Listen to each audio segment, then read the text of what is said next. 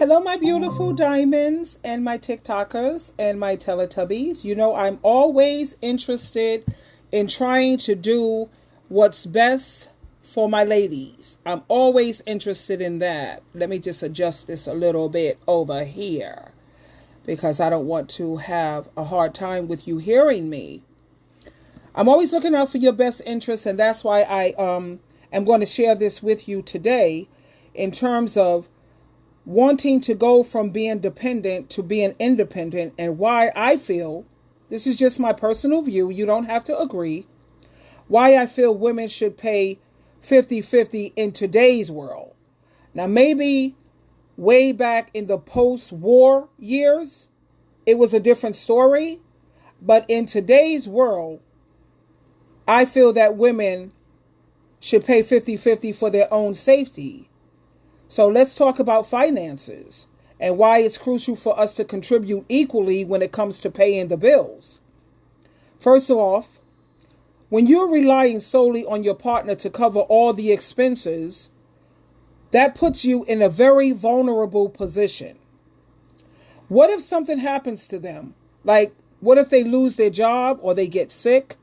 Suddenly, you're left struggling to make ends meet because you didn't have a financial cushion to fall back on. Secondly, contributing equally, it means that you have some say in how the money is being spent. And it's important to have open and honest conversations about budgeting and about what are your financial goals. When you're both invested in this process, you both can make informed decisions that will benefit not just one person in the household, but it can benefit the both of you. And let's not forget about the power dynamic. That can also come into play when one person is the sole provider, when the one person is responsible for all of the finances. It can create an unhealthy dynamic where one person holds more control and more decision making. You see? That's the point I want you to focus on. It gives them most of the control and most of the power when it comes to making the decisions. So I think it's wise for women to take control of their financial future and to contribute equally when it comes to paying the bills and to have an open communication about that. Now, that's just my take on it. And I also want to talk about the Proverbs 31 woman. Now, she's supposed to be the perfect wife and the perfect mother. Well, baby, guess what? She wasn't just a stay-at-home mom. She was a boss lady. That's right. This woman had it all. She had her own business. She employed maidservants. Can you imagine having your own personal army of maids at your beck and call? Talk about the dream, living the dream. And here's the kicker. This is what I admire about her. She wasn't just running any old business. No. She was in textile. She was in the textile industry. I did my research on this. That's right. She was making clothes and selling them for profit. Who knew that the Proverbs 31 woman was a fashion mogul? But wait, guess what? There's more. Not only was she a businesswoman, but she was also a real estate tycoon.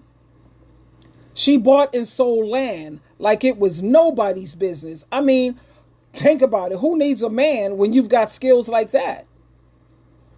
So the Proverbs 31 woman, she wasn't no stay-at-home wife and mother. She was a boss lady with her own textile servant business, and she had her own maidservants. Today we call them babysitters, nanny, daycare. And she had a real estate empire. Okay? The Proverbs woman, she wasn't, like I said, sitting at home cooking and cleaning and taking care of kids. Oh, hell no. She was out there making deals, buying and selling goods and managing her own household. And get this, she even, like I said, had maid servants to help her out while she was out there being a businesswoman. Like I said, this was a boss lady. And I know some people might think that being a stay-at-home wife or mother is the only way to be a good woman. But no, the Proverbs 31 woman was considered to be the perfect wife and mother. So thinking that the only way to be a good woman is to be a stay-at-home wife and mother, the Proverbs 31 woman, she shows us that it's possible to be successful in both business and in our family life.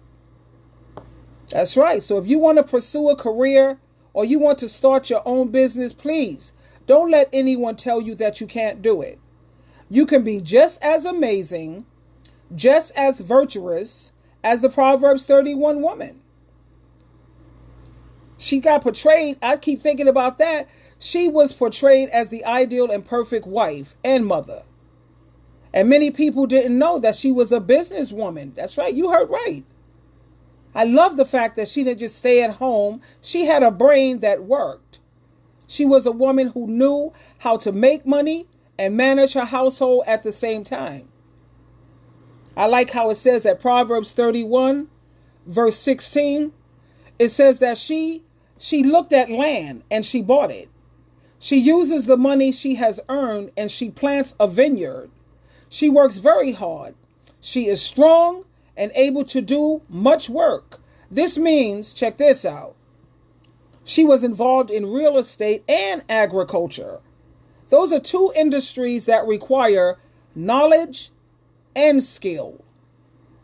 I like the fact also, I can't get over the maidservants, because that implies that she had a business to run. She didn't just sit at home and wait for her husband to provide. Oh no. She took charge of her own life and she made things happen. And the reason why I feel this is so important is because, first of all, it shows that women have always been capable of being successful in business.